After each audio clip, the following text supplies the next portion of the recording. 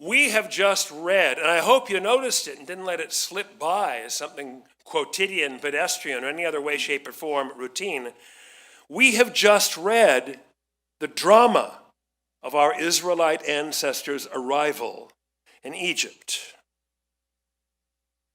And you say, yeah, well, we'll be at Passover in a couple months and they'll leave. Yeah. I'd like everyone to consider things from Jacob's point of view. Yaakov Avinu, the patriarch and founder of the nation of Israel, who gives us the spirit name, Yisrael, the God wrestler. From his viewpoint, God promised Abraham and Sarah's descendants, Isaac and Sarah and Rebekah's descendants, Jacob and Rachel and Leah's descendants, and Bilhah's and Zilpah's, this promised land, the land of Canaan. And thus far, Abraham was too smart to show up at 75 with a 65-year-old wife and notify the 7 nations, the Canaanites, you can leave, how I'm here, God gave me title. They would have either laughed or killed him, or both. By Jacob's time, we have hard-won fragments, a foothold of title to that land. The tomb cave that Abraham bought at exorbitant rate from the Hittites to bury Sarah. And we did our Saturday morning Torah study on how, historically, the cemetery is what anchors a Jewish community. We have the well and pasture that Isaac secured from the Philistines by treaty at Beersheba, the well of the oath. We have the city of Shechem that Jacob himself first purchased and then captured in war from the Amorites who lived there. So finally, with a foothold and some legitimate claim and title to the promised land, now he and his children are walking away from their legacy. And I know what you're thinking, Sunday school Bible stories. There are 7 lean years. Couldn't Joseph be Amazon? Couldn't he ship them the food they need so they can remain in the promised land? But having thought for 20 years that Joseph was eaten by a wild animal, Jacob is anxious to see him. And at age 130, he's willing to undertake the arduous journey to Egypt, even if it's one way. And you heard his last words that we just read. Now I can die, having seen you with my own eyes and knowing at last that you are in fact still alive. A loving father. And yet, on the other hand, as he and his 12 children and his numerous grandchildren are about to leave the promised land, the last night on their own turf in Beersheba, tomorrow they cross the border, they're out of Canaan and in Egypt. God comes to him in a dream and says, Al tira avdi Yaakov, fear not, my servant Jacob. For I'm with you. I can make you a great and mighty nation in Egypt too. I'm the Ein Sof. Remember, God is international. God has no boundaries. God told Abraham in Haran, leave here and go to the place that I tell you of, and I'll meet you there, which was inconceivable in the ancient world. How often on Shabbat morning have we studied and talked about the locative deity, the God here as opposed to the God there? Abraham discovered monotheism, the idea that God is without boundaries, and yet here is Jacob viscerally in the Kishkas, about to cross the frontier and leave the land and wonder if God will still be with him. So God tells him, don't worry, boychik, I'll be with you, I'll bless you, I'll make you a great and mighty nation in Egypt too. I can still do that. And yet in the cold light of dawn, was it a true revelation and a reassurance? Or as my wife, the mental health professional, would ask, was it just wishful thinking on Jacob's part? Come back next week, whether I'm here or not. Open the Torah and find that his fears are well-founded. They left for the 7 lean years, but he's now dying 17 years later, still a pensioner to his children in a foreign land. Heartbroken at the thought that his kids have given up the dream. My friends, listening to this little piece of text tonight, Jacob and the 70 souls directly descended from him, plus all the grandchildren and the daughters-in-law, all arrive in Egypt. Our own fears kick in here listening to the story because forget Passover, that doesn't exist yet. We know how this will play out. With slavery, half genocide, all the males slaughtered at birth, thrown in the river. In slavery, suffering, and death. And come tomorrow morning, 9:30, other end of the building, we're going to explore the roots, the taproot of global anti-Semitism starts in Egypt with the Egyptians. So remember this passage at Passover, when the Maggid, the narrative portion, anthologizes from Deuteronomy 26, Vayered Mitzrayima vayagor sham bimatei ma'at. Our forebears went down to Egypt, few in number, 70 in the family. Vayhi sham legoy gadol atzum v'rav, and there they became a great and mighty nation. That sets the stage for the eventual redemption in the fullness of time. What do we say at the Passover Seder in the Maggid? Had God not brought our forebears up out of Egypt, as far as we know, we, our children and our grandchildren would still be slaves to Pharaoh in Egypt, had God not broken that cycle, which is nice. And if you think about it, tonight's narrative suddenly becomes all the more important. We had to be there in order to be eventually enslaved there, for God's intervention eventually to break the cycle. We learned, we Israelites, whom I described at the Catholic University earlier in the month, praised and described in Nostra Aetate, the great Vatican Declaration of 1965, Stirpes Abrae, the stock of Abraham, eyewitnesses to the glory of God. We are eyewitnesses through our personal experience in Egypt to the vast, sweeping, and convoluted mechanism of God's great purposes being fulfilled. British poet William Cowper wrote in 1773, God works in mysterious ways, his wonders to perform. But Abraham knew. Brit ben Abatarim. At the great covenant between the parts, these carcasses cut in half. Abraham's 90. He's been there 15 years. He's getting feisty. You told me I'd be a great and mighty nation. I still don't have any kids. I want to know for sure. So God makes him sweat all day long. And finally, as Abraham is about to pass out toward sunset, God says in a vision, you want to know for sure? I'll tell you for sure. Your descendants will be slaves for 400 years in a foreign land.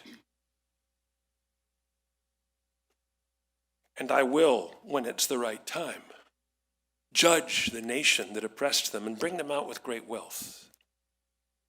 But the sin of the Amorite is not yet complete. On this day after Christmas, the glorious feast of the Nativity, the second most important holy day for our Christian neighbors,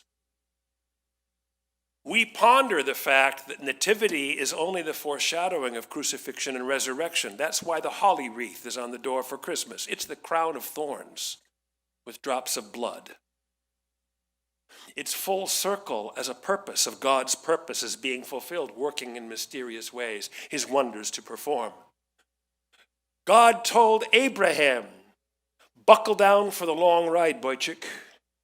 And we're never told in Torah, did Abraham tell that to his son Isaac? Hey, the good news is you get the covenant. You get to be the bearer of the name, and you get to have the promised land. The bad news is not for another 400-something years. Did Isaac tell Jacob?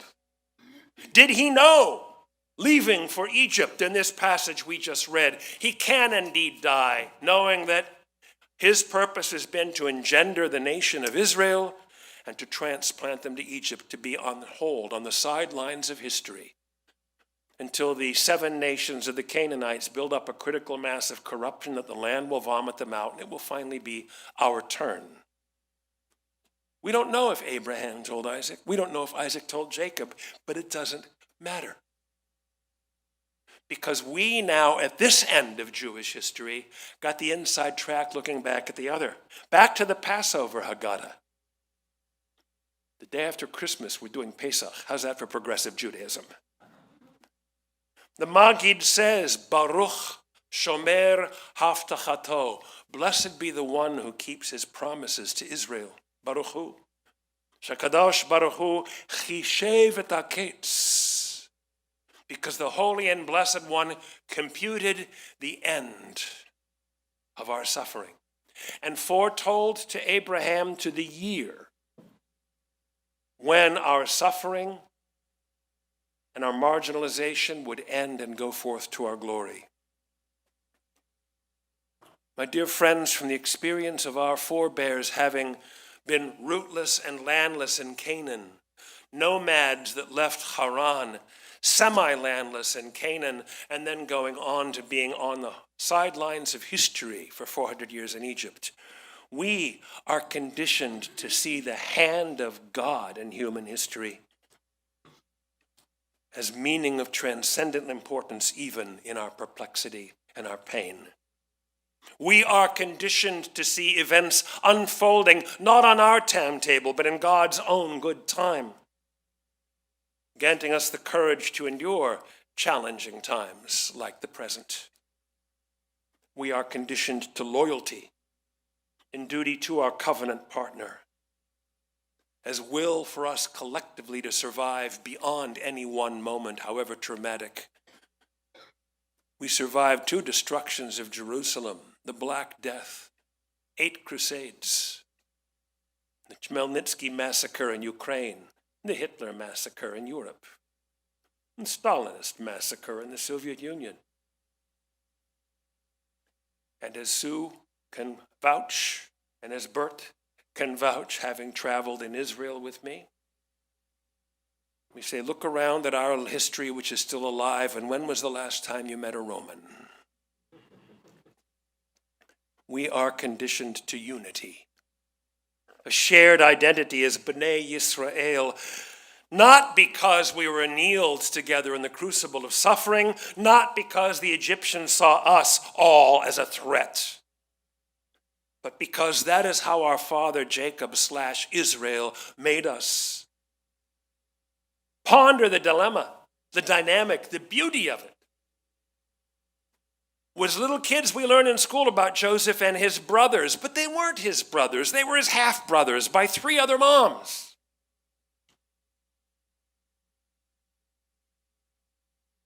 And 6 plus 2 halves of them, Leah was their mom. And yet in referring to Joseph's aunt Leah, Jacob calls her your mother.